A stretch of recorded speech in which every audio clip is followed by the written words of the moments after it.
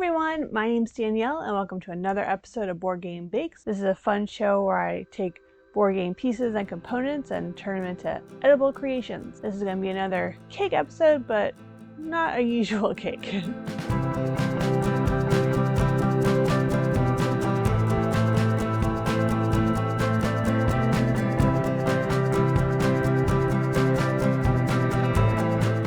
The game this week is Takenoko. In Takenoko, you have little tiles, and while you're there, you build bamboo towers, and there's a cute little panda that either helpfully or not helpfully eats the bamboo. And with different expansions, there's a girl panda, and all sorts of fun things. I decided to go a different route and make the little bamboo towers. They're usually like this big, and I made them like this big. So, I mean, you theoretically probably could make enough of these to play the game, but that's a lot of cake and a lot of work. So these are more just ones that look pretty. There's pink bamboo, green bamboo, and yellow bamboo. So instead of just doing everything the same flavor, we're going to do a strawberry, lemon, and kiwi flavored icing to add a little twist. Let's get started. First, it's time to turn these beautiful kiwis, strawberries, and lemons into mush, or juice. To prep them for blending, peel the kiwi and cut out its white center. Destem and half the strawberries and half the lemons. Time to get messy, or have your husband get messy while you entertain children. Use 2 lemons and save some lemon zest. Put the strawberries in a blender and mix until liquid. Strain the liquid through a sieve. Repeat the process with the kiwi. Haha, here's the full extent of sugars and butter needed to make the 3 different icings. To make the kiwi icing, cream a stick of butter. Next, add the kiwi puree. Make sure there aren't any chunks at this point. Add in 1.5 cups of powdered sugar and mix until a smooth consistency. To make the lemon icing, cream your 1 stick of butter until smooth. Add in 2 cups of powdered sugar, 1 tablespoon and 1 teaspoon of lemon juice, 1 tablespoon heavy cream, 1 teaspoon of lemon zest, and a pinch of salt. I decided I wanted to do more of the strawberry cakes. To make a full batch, combine 2 sticks of salted butter and 4 cups of powdered sugar until they start to come together. This may take a bit. It's definitely faster if you use a KitchenAid versus a hand mixer. Once it's starting to come together, add 1/4 cup of strawberry puree and mix until smooth and delicious. I'm not above using a box cake mix. Maybe someday this will change, but for now, here's a yellow cake that I baked in a 9 by 13 inch pan following package instructions. 2 cakes were used for this video. Try your best to level a cake. This will make stacking easier later. Determine how many base pieces you want and use a large cookie cutter. Then you have the option to either cut out the rest with a smaller circle, or you can make it more difficult for yourself, which I personally just love to do, and do an even smaller circle that will be the second layer to help give it more of a curved bamboo shape. You can let those cake pieces chill in the fridge to make them easier to work with, and feel free to eat any of the scraps now, or you can put them in a bag and use them for cake pops later.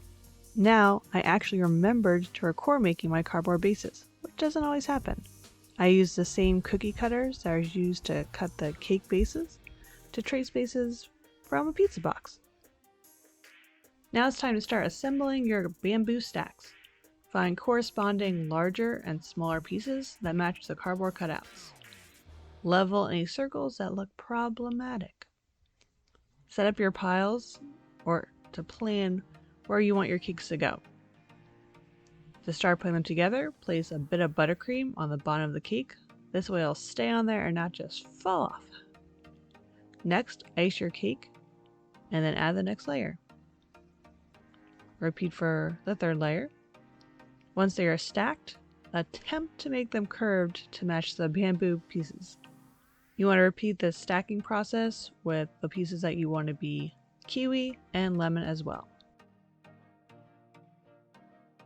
To ice the outside of your cake, use an offset spatula, and this was easier said than done because they're little cakes and they did not want to cooperate and stay together, so I may have had to hold them to the top and ice the sides. Repeat the process with the kiwi bamboo pieces. You may find that the icing becomes thinner since it has fruit in it, and if it's been sitting on your counter for a while, but this actually makes it easier to ice. Put all of your bamboo cakes in the fridge to harden. At this point, you could choose to leave them in there, or to take them out and smooth out some of the edges, because you're going to cover it with fondant. Ugh, this tray is very heavy. Time to decorate. Make or buy pink fondant for the strawberry cakes.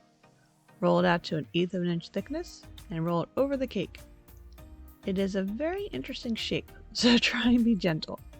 Smooth out the top, and then start at the top and smooth down the sides. Cut off any excess fondant. Now onto your yellow for the lemon cakes. Repeat the process again of rolling out the fondant and smoothing it over the cakes. Last one uses green fondant to decorate the kiwi cakes. Repeat like the other 2 cakes, and revel in the fact that you're almost done this part. Time for the finishing touches. I did not know that all the pieces in Takenoko have the same exact markings on them. Now I do.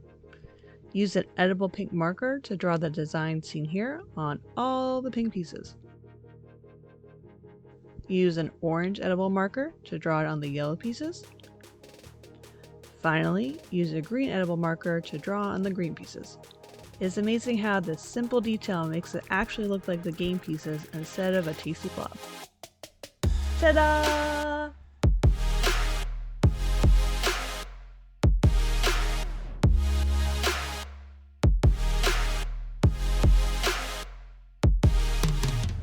Thanks for watching another episode of Board Game Bakes. I hope you liked the video. If there's any games that you'd like to see featured on the show, please comment below. While you're down there, hit subscribe. I'll be releasing a new video every Tuesday at 12 p.m. EST. So that'll either be videos like this or some shorter ones like cookie decorating and making some savory snacks. Keep playing games and keep them sweet. Bye!